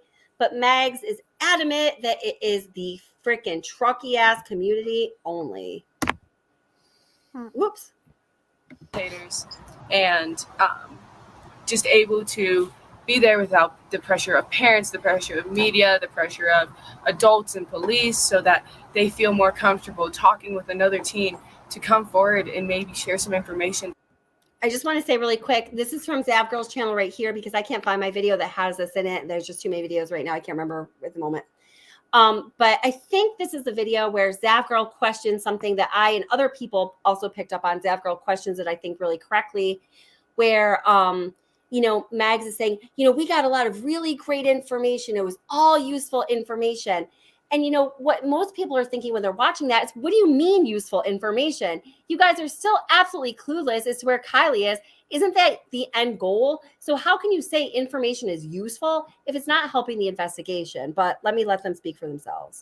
That they were scared to before this. Yeah, so we've been trying to move to get closer to the areas where the other teenagers that were at the party have been for these teen talks. And the one that we just had in Tahoe City was by far like the biggest showing of kids that we've had. We probably had somewhere between like 50 and 70 kids show up. And they all, like, everybody helped us. All the information that we got was good. And it helped us move further. Yeah, we've really made progress. So what do they mean it was all good? It helped us move further. How so? They didn't move further at all at this time. So what, it helped you move further towards your goal of covering your own tracks? Because guys, if you haven't got the picture yet, that's what I personally strongly believe. With the information that we've gotten. But where was the progress? Here's Zav is going to say probably something very similar. I mean, it seemed like nobody turned anything in. I mean, there was a few things, but nothing that was turned in helped. Nobody could find her. So, it just didn't seem like they got anything valuable. So maybe it was something that helped you guys, them, right? You know, cover it up, possibly get the information and delete it, cover it up. I don't know. I don't know what happened at those teen meetings, but it doesn't seem like probably developing a narrative that everybody could tell the same story. I feel like it probably just hid more stuff, right? Yeah. I believe, like I said, it's just my opinion, but in my opinion, I feel like the teen-to-teen meetings really were to get all the information and decide what to turn in and what not to cover their tracks. So it probably was a good night for them because maybe they were able to get a lot of videos and pictures or whatever they had deleted and controlled and deleted off of everybody's phone. It's a possibility. What do you guys think? Yeah. So we're planning on having as many of these as it takes Sammy to get in checking to see what anybody they had on her. at the party. Of course you are. The more you get, the more you could control everything that goes out. Like you could tell everybody, hey, don't say this. Let me see this. Hush on this. Like I said, it's just an opinion. It's just a theory, but it makes you wonder, does it not? Like what happened at these teen meetings? Because it seems like the cops had nothing, the same thing, though, nothing to go with. So if they're getting all this information, where'd it go? Whether that means we have to travel to Reno, to Incline, to South Tahoe, wherever we can to talk to kids. We're offering rides now. It's for kids who may not be able to get out. We're asking parents to allow their kids to attend these meetings as it is crucial to this. And we will do anything. We offer food, we offer snacks. Every interviewer is comfortable and a safe person to go to. And we're not trying to get anybody in trouble. We're just trying to get more information. And with the help of the community, we're going to find her, and everybody has been incredibly supportive. And that we are going to find Kiely with the help of our community. Did Sammy have a brain leak, Kelly? Okay, so here it is. What's that? Did Sammy just do one of her brain leaks when she said kids that are not able to get out, like about a minute ago, when she was talking about rides? Kids that are not able to get out. Yeah. Well, they got get out of the car. What made me think of Kiely being held captive somewhere? Yeah, well, I mean, No, I mean they were all on lockdown after the fact because everybody knew that they were out at the party and nobody wanted them to talk. That's and what their parents, I think, and their parents didn't want them to talk, certainly, you know. the parents didn't want them to get out. I don't know. I think so. Yeah, I agree with that, DC. But wait, let me just play this again where Mag says, and the community only. I really just want your opinion on panel, on chat. What is up with this? Seriously, it drives me nuts. We will do anything. We offer food, we offer snacks. Every interviewer is comfortable and a safe person to go to. And we're not trying to get anybody in trouble. We're just trying to get more information. And with the help of the community, we're going to find her, and everybody has been incredibly supportive. And that we are going to find Kiely with the help of our community, and only with the help of our community. What an awesome best friend, I tell ya. What do you guys think of that? Do you know what? Can I just say the moment that I heard Sammy when she made that speech, you know, and about, you know, we're going to have these teen meetings, my heart sank. I felt sick. I was like, you know what? Who are you? And how is this being allowed to happen? So in a very passive, aggressive way, she's saying, come and speak to me. Come and speak to me. And I'm going to tell you what happened. You're going to listen to me. I'm going to push my narrative. And I'm going to tell you what you're going to be able to say and what you're not going to be able to say. You know, it's going to be a very safe meeting because there's going to be no adults. I mean, honestly, as a parent, I would have been making sure my children were going nowhere near that girl. And I mean, and then when you look at Mags in that bit of footage, I mean, the eye closing, you know, the body language, she's saying one thing, but she's presenting something, you know, very, very different. I mean, this is dangerous stuff. This is dangerous stuff. One thing they weren't aware of, though, is that the FBI had their meeting place bugged. Yeah. Oh, did they? I didn't even know that. Okay, Yes. wow. Yep. I'd heard something along them lines, and I thought, good, I'm glad, you know, because, you know, how you can't, you know, at that point we had a missing child, and the adults were kind of letting her, she was embedding herself into everything that was going on, and then all of a sudden it's like, yeah, I'm going to have this meeting, you're all going to come, you know, all of you, and you know, yeah, I'll give you food. Why, she might as well have been saying to them, I'll pay you. I'll pay, you know. Right. Get your wallet out, Sam. Yeah, right. Get that wallet out with all that money that your parents made over the water rights. Yeah, exactly. Yeah. I do want to say something, you guys, about like locations and stuff. Tahoe and Reno are really not that far from Truckee. I live in Reno, so the distance from me to get to Prosser from going like the back longer way is 39 minutes. So wait, can you say that again, honey? You live where and how long is that? I live in Reno. Okay. And if I take like the long way through like the back roads and stuff, like over the Boca way, you know, the Boca entrance and stuff like that, it takes 39 minutes from Reno. So I want you guys to like have a better understanding that it, you know, Tahoe and Reno are only about, you know, 40 minutes away, 45 to an hour, depending on where you're going. Some sides of Tahoe are obviously further, but I want that to be kind of clear for everybody because, you know, it does look really far, or really close, or this or that. So yeah, it looks, I think a lot of people have the impression that it's far. Thank you so much. It's so valuable to the, you know, the perspective that you bring to everything. Thank you. I really appreciate that. Wait, really quick, the comment I want to read here. I'm not sure how to say your name. I'm so sorry, but welcome and thank you so much for the comment. It says, what is the one thing that could make the entire town stay so quiet?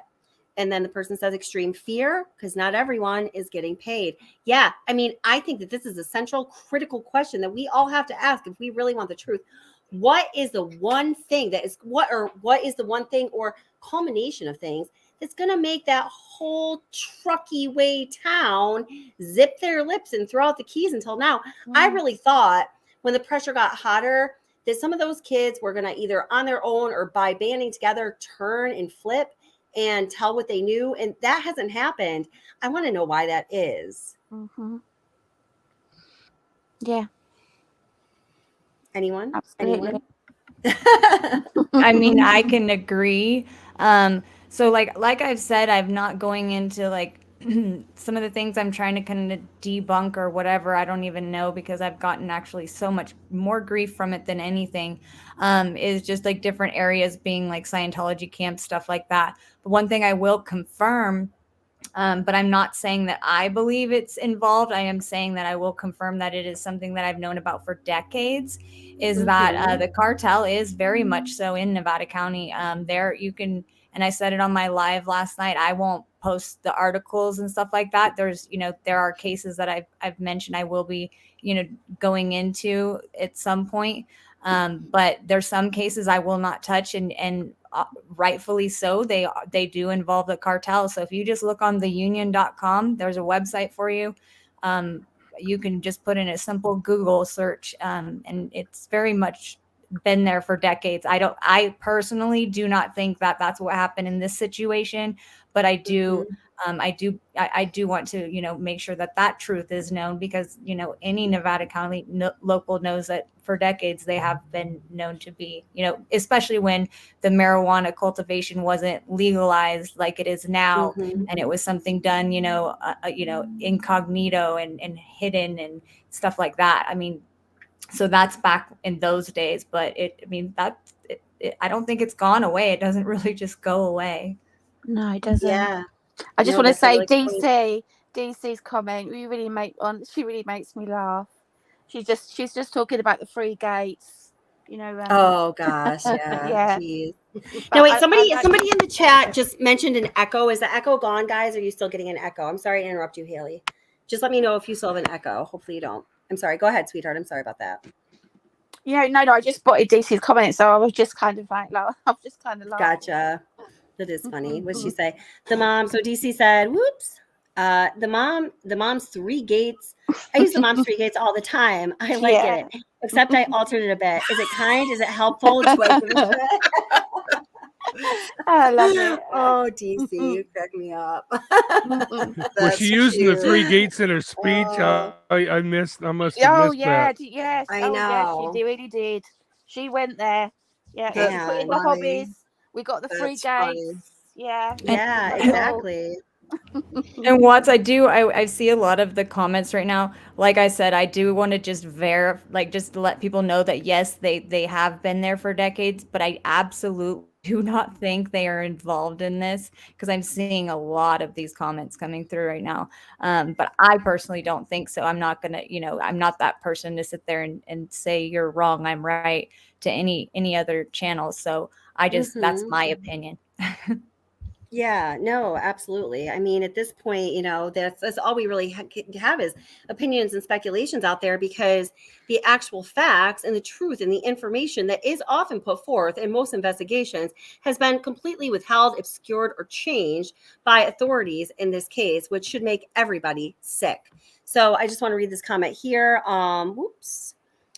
She's saying to Jeannie Ramsey, who is the person who volunteers at Class Kids, Meg said they were in Mexico the week before, but no pictures. Elsa and those girls were in Mexico, but there are pics. I'm not even sure exactly what this is. I thought what that's in reference to. I thought I was going to be able to pick up on that. But there's so many ancillary details that are out there that may or may not be critical to this case, but none of them line up. And I also just want to say Prosser Gang, there was a couple other. So Prosser Gang has put out a lot of information on Twitter. I just found Prosser Gang on Twitter the other day, actually, when I was checking out what SF had to say, because he had been kind of like picking on some YouTube channels, and I was sort of trying to police that. And Prosser Gang has a lot of great information on Twitter just as a resource. And thank you, Prosser Gang, for posting all that great information.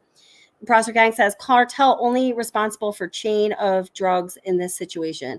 So you're saying that if there was something that did involve the cartel, which, geez, wow, this is like going a little far, but in my opinion, but I mean, I think anything is possible at this point. Thank you, Gregory. So you're saying that would be an involvement on kind of a high level, like the chain of drugs flowing through an area. But we also know when there's a lot of drugs flowing through an area, there's a lot of money accompanying it. So if it was not necessarily drugs per se that was involved, there may be some connection to the money that's attached to all of that. Oh my gosh, I don't know. Slight echo, no echo. I don't know. I'm sorry, guys. I'm doing my best here. So, Prosser Gang also put up a question. Why are locals not going and filming at gas stations? Ridiculous. I'm very curious about that. I already answered that. I'm taking on Nevada County Sheriff's Office. I've already put out a message to Shannon Moon. I'm not going in there and being like, "Hi, how are you doing?" When literally all they have to do is see my license plate and they know who I am. Right.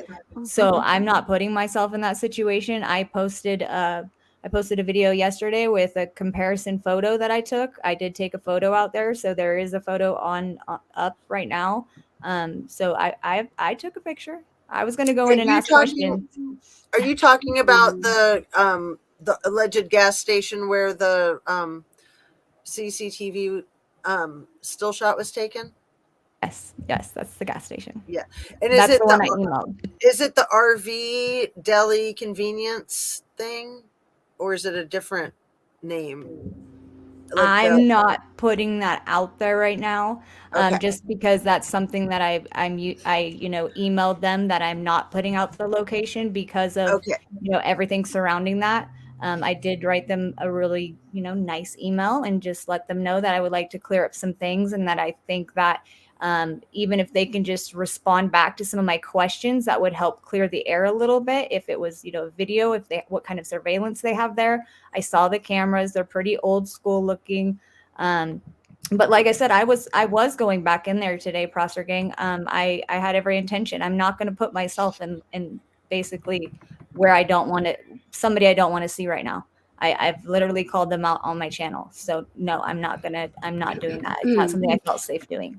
Nope, definitely stay safe. Now, I just want to say that RT says to Prosser Gang, picture comparison at store posted yesterday by panel member CCTV. Definitely go watch. Everybody, I encourage you to go watch CCTV's live stream from last night. I watched it. It's really good. I'll grab the link in a minute here. I just got a couple things going on. I know for people who are curious that there's a photograph on one of Living Lake Time, one of his shorts. Where he has a photograph of a supposed location. So just for people that are curious if they want. Very good. Yeah. So that's Living Lake Time. Yeah. Yeah. Yeah. It's a couple weeks old. So it's probably about 20 or 30 videos back. Okay, cool. Awesome. Yeah. Now I just want to, let's see. Let me find this question here. So MEB, welcome. And thank you for this comment. It says, is there, or what is the best action we can take as a community at this point to find the truth? I mean, I open that question up to anybody. I would love to, be able to visualize a roadmap that we together can take to find the truth, to find justice for Kiely. At this point, personally, I do not know exactly what that is. I think what we're doing right now, I feel like this is what I can do at this time. I hope things become more clear, but if anybody has any ideas, my gosh, let's hear them. It's difficult, I've been isn't turning it? information over to my contacts with the Department of Justice and also this last information about them being involved in the drug trade. So they're going to be looking into that.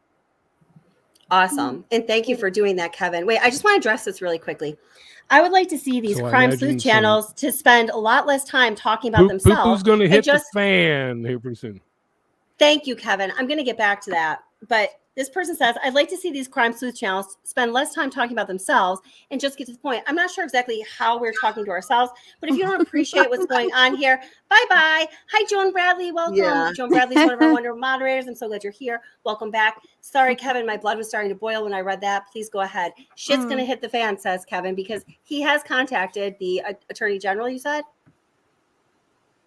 Or the Department of Justice. Oh, he muted himself, Kevin. There you go. There you go. No, actually, it's my old boss that I used to work for at the U.S. Attorney's Office, who's now one of the higher ups in D.C. Oh, handy. Awesome. We love that. Yeah. Can't wait to see what comes of that. My gosh. Yeah. Hi, TF. Hi, welcome. How are you? I do think it's really difficult, though, because it's such a small community, isn't it? And it's all kind of woven, and it's that everyone's it's kind of really intricate with all the relationships, and it's almost like you disturb one little kind of home and it affects this ripple effect.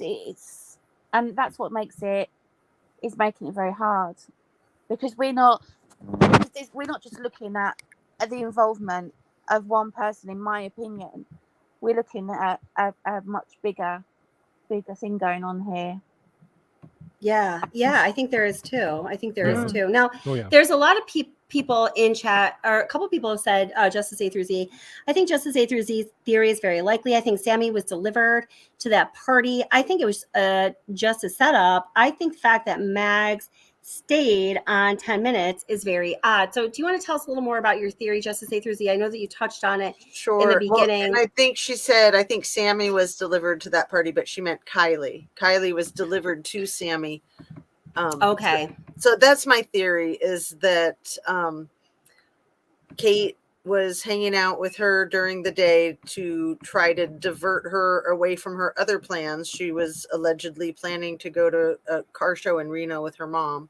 So Kate got a hold of her and they allegedly made creme brulee, or should I say creme brulee.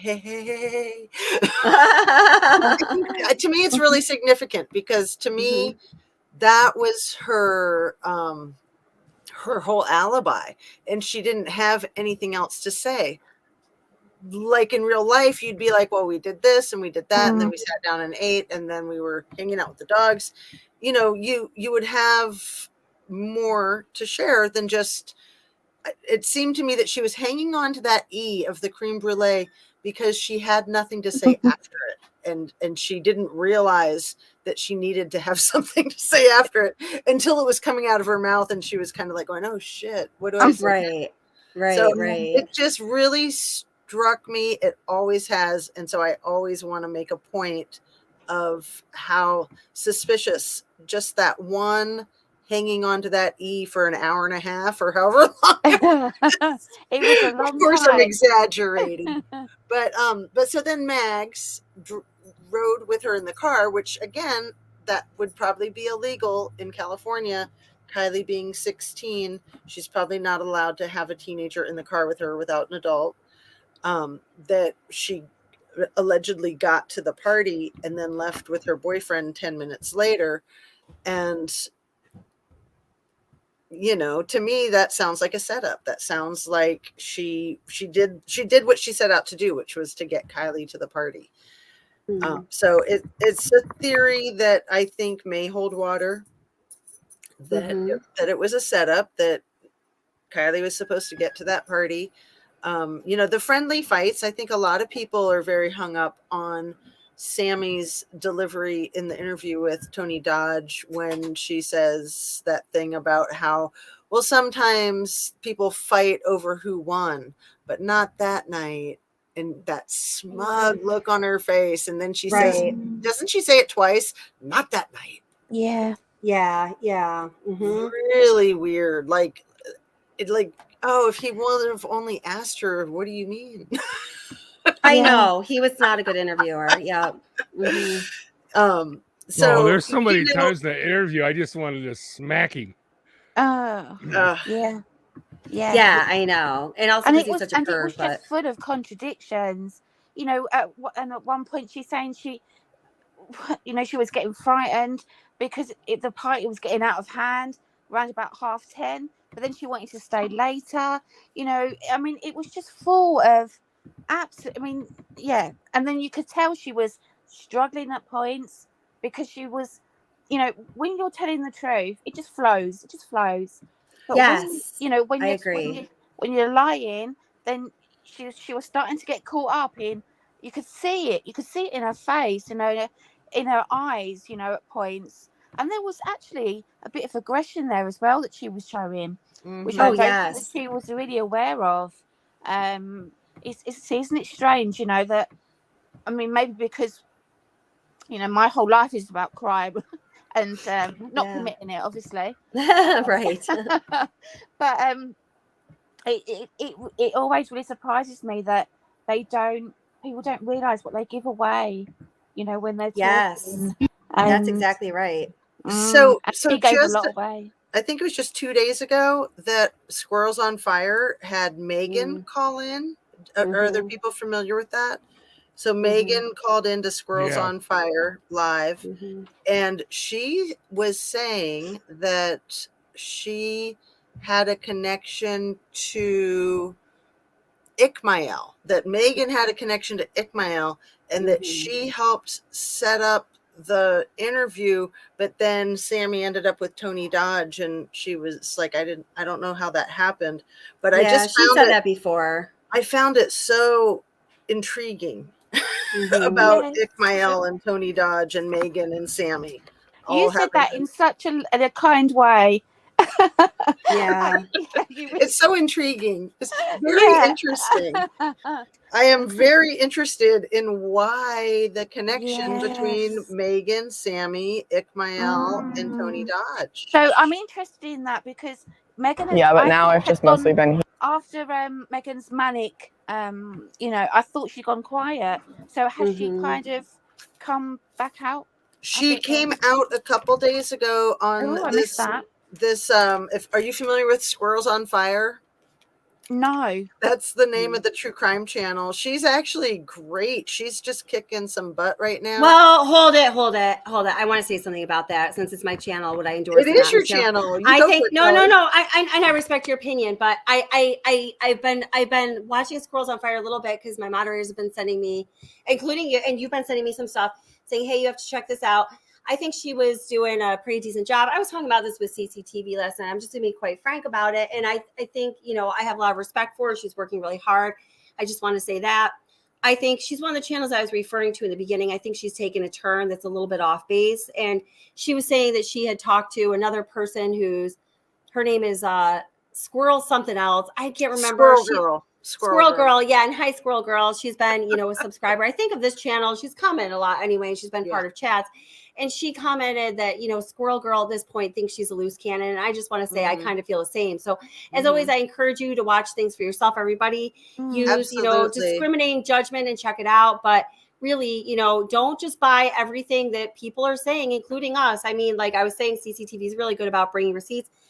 I don't know if she's went down. And if you are gone, CCTV, thank you so much for being up here. You are absolutely wonderful. I just adore CCTV. And but I just want to say that because I just think she's gone a little bit rogue. I think that sometimes people will start a channel. They will either get a lot of attention, the chats will all of a sudden have 1,000 people in them, or start making a little money, and all this can go to a person's head. I've made a commitment on this channel to always try to keep myself in check and to not allow that to happen. I'm certainly not saying that I'm a perfect person, but let's keep in mind that,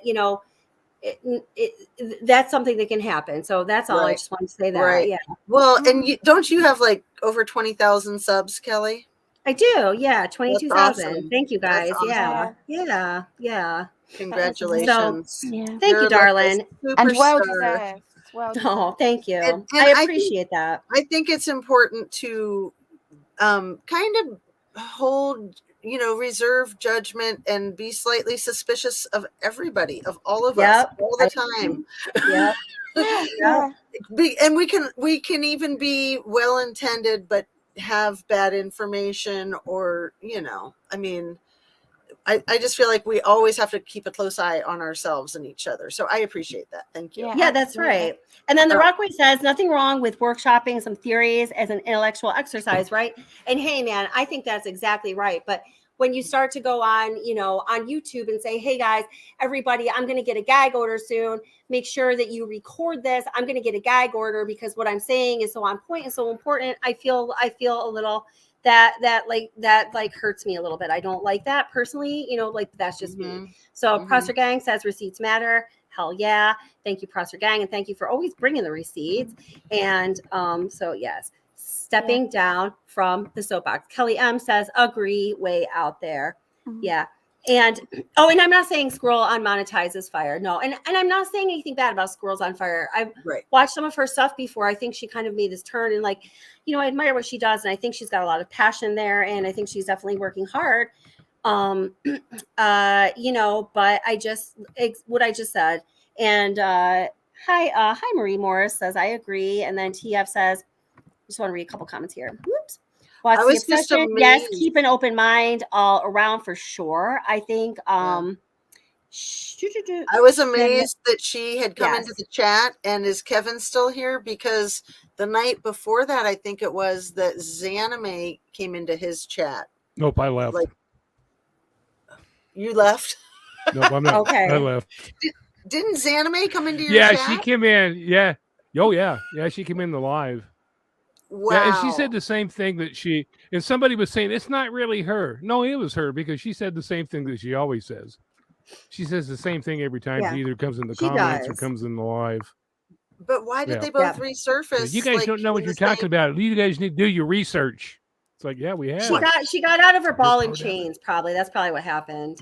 Seriously, why did they both resurface in the same 12 hours when Yeah. they both had been dark for a long time?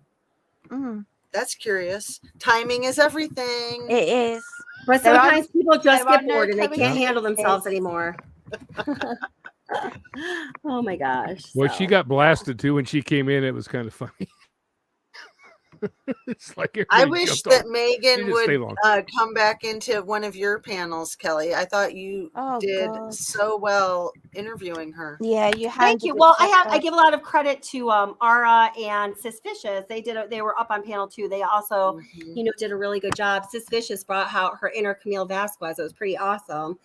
And I just wanted to allow her to tell her story. And I also wanted to make sure that while we were allowing her to tell her story, that I was also kind of being aware of protecting her. So she didn't say anything that was going to like damage her life, And you did both of those things perfectly. You Thank really you. did. Hey, Because I I was appreciate on that. that live, and actually, there is so much value in silence a lot of the Yeah. time, and just allowing people to be, and just to let them, But then, and you did that, so well, and I knew that you was listening, and then you kind of then went into the role of, you know what.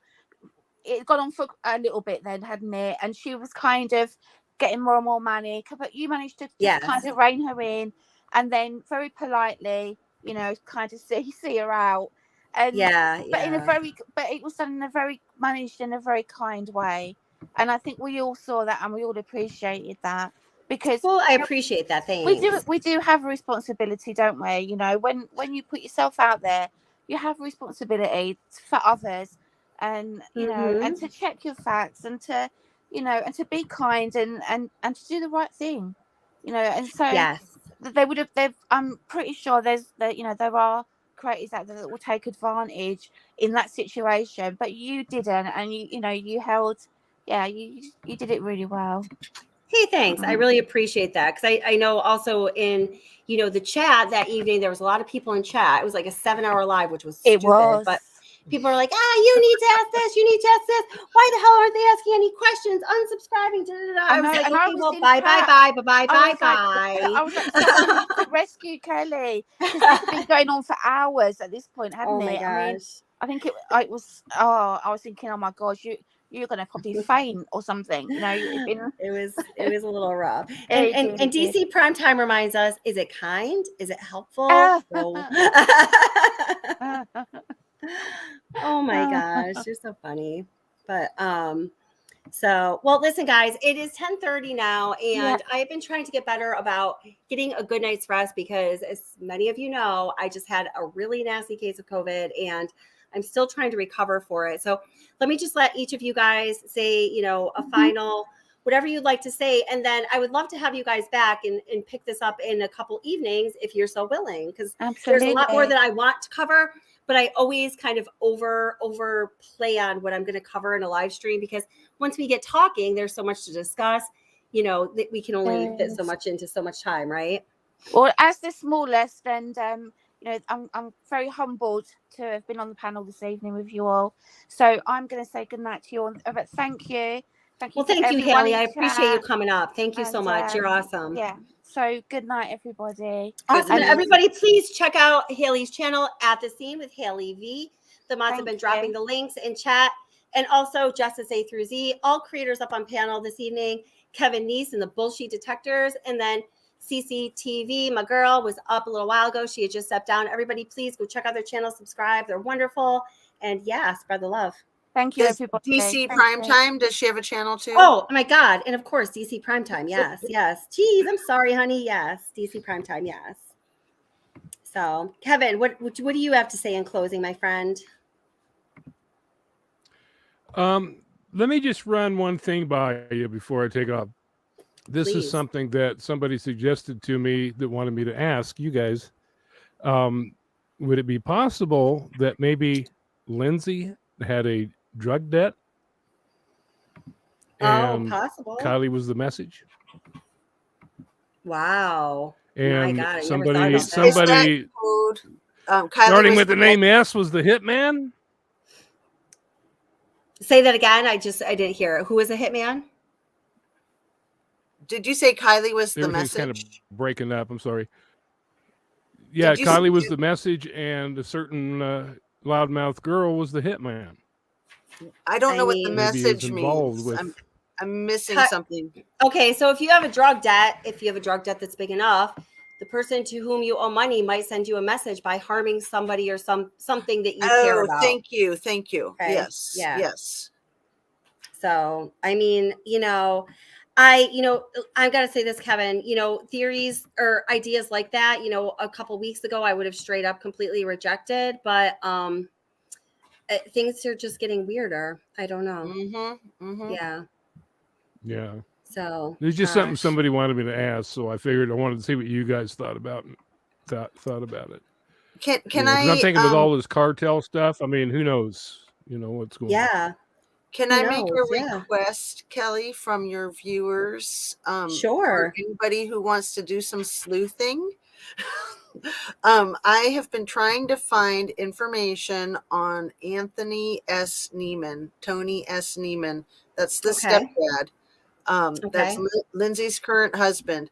He's an ex-con. He has been convicted of felony domestic violence charges, maybe before he met Lindsay, but I'm curious what the exact charges were and like the dates and how much time he served.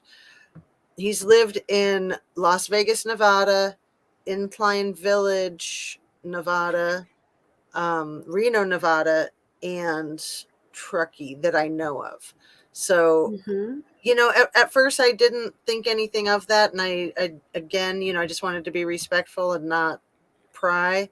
But I think it's significant. When you think about this beautiful little family, when they started out, Kylie was 7 and Tony and Lindsay and the 3 of them moved out into that lodge. And it takes 1 to 7 hours to cross country ski in or out in the winter. 1 to 7 hours. If you want to go anywhere or anybody wants to come to the place. It's the only way to get in and out. It's the only way to get in and out when there's a lot of snow. 1 to 7 hours, cross country skis or snowshoes or snowmobile. But, snowmobiles can cause avalanches. So you have to be very selective about that.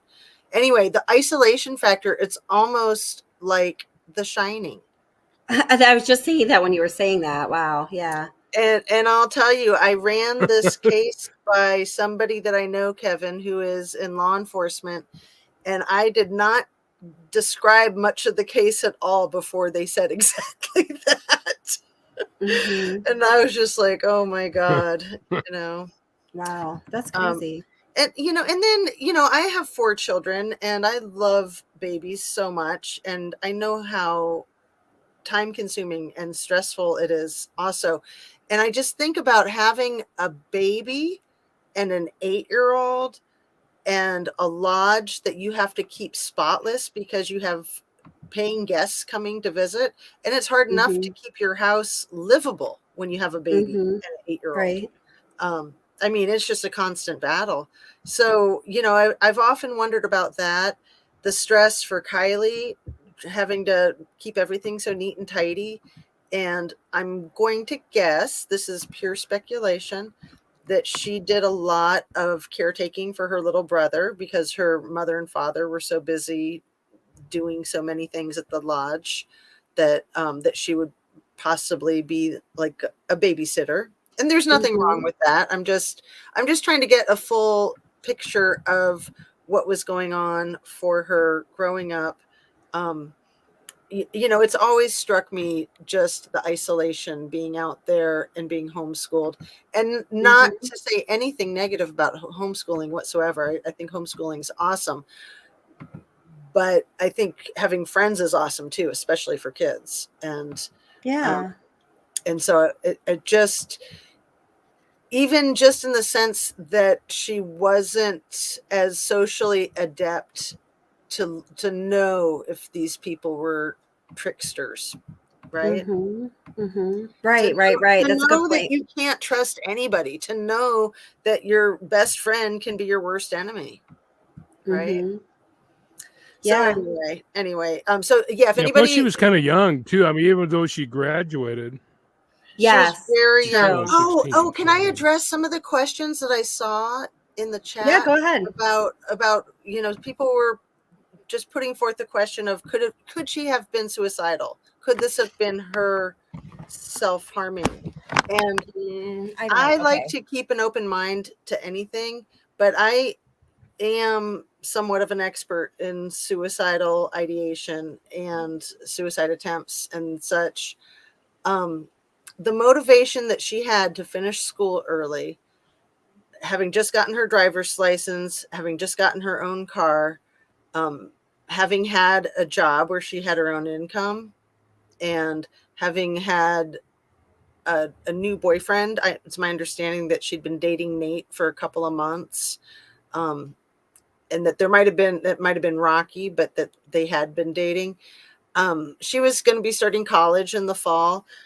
I don't see any indicators whatsoever of her having a tendency towards self-harm. So I just wanted to address that, just put my 2 cents in.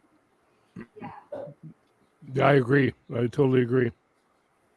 She wanted to get out of there, I'm sure, but I don't think she had any, you know, she was too driven. I mean, she graduated early. She doesn't fit the profile at all. Yeah, I agree with both of you guys on that. I don't think there's any element of self-harm or desire to self-harm there, personally.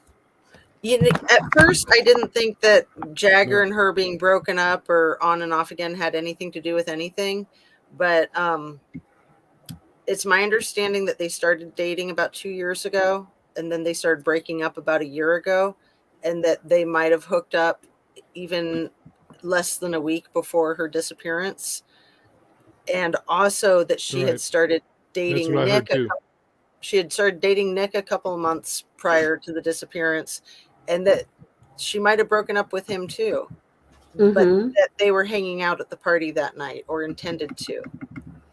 So, you know, I just think it's so relevant, especially with the information that Nick, or did I say Nick? I meant Nate Hembrick, that Nate was an ex-boyfriend of Sammy's. And then Sammy had a thing for Jagger, and Kiely was, you know, I'll just leave it right there. All right. Well, that's all possible. And wait, hold it. I want to, because this, I don't know if this kind of ties into it, but Butterfly McCoy says, folks, anyone else disturbed by comments made by Real Justice in a recent Sammy Lamey video? Whatever we think of Sammy, slut shaming her between unproven theories doesn't make the world a better place. I 100% agree. That's one of the problems that I have with that video. Thank you, Butterfly. And I did read your email, and I wanted to get back to you. Yeah, that is an excellent point, as Marie Morris says, and as Kelly just said. Yeah, we don't like that. Not cool. So, all right, guys. Well, I'm going to wrap up because, hi, Behind the Scenes with Michelle Sutton, another wonderful channel. Everybody go check out Behind Michelle. The Scenes with Michelle Sutton, and maybe next time I can get her up here on panel with us. We'd love to have you, Michelle. If you're up for it, email me at, here, I'm going to put in the chat, WhatsObsession@gmail.com. But committing to my healing from COVID vows to myself, I'm going to have to end this live and hopefully get this awesome group of people back together really soon. Everybody loved you in chat, guys. You're a super hit. So please check out Justice A through Z. Kevin Neeson, the bullshit detector, CCTV, at the scene with Hallie V, behind the scenes with Michelle Sutton. And of course, please like this video on this channel, Watch the Obsession. I would really appreciate it. And I hope to see you all back here really soon. And thank you, panel, for being up here. You guys are amazing. Thank you, chat, and thank you, moderators. Thank you, Kelly. You did a great Thanks, job. Guys.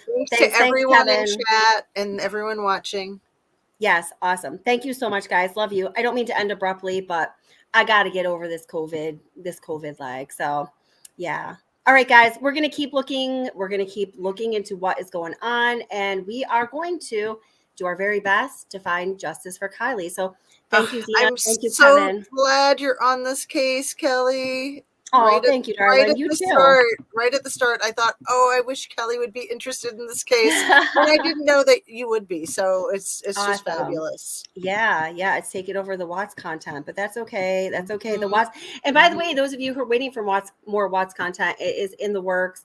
But you know, there's only so many hours in a day, and I have a very full-time job. God, wouldn't we just all wish?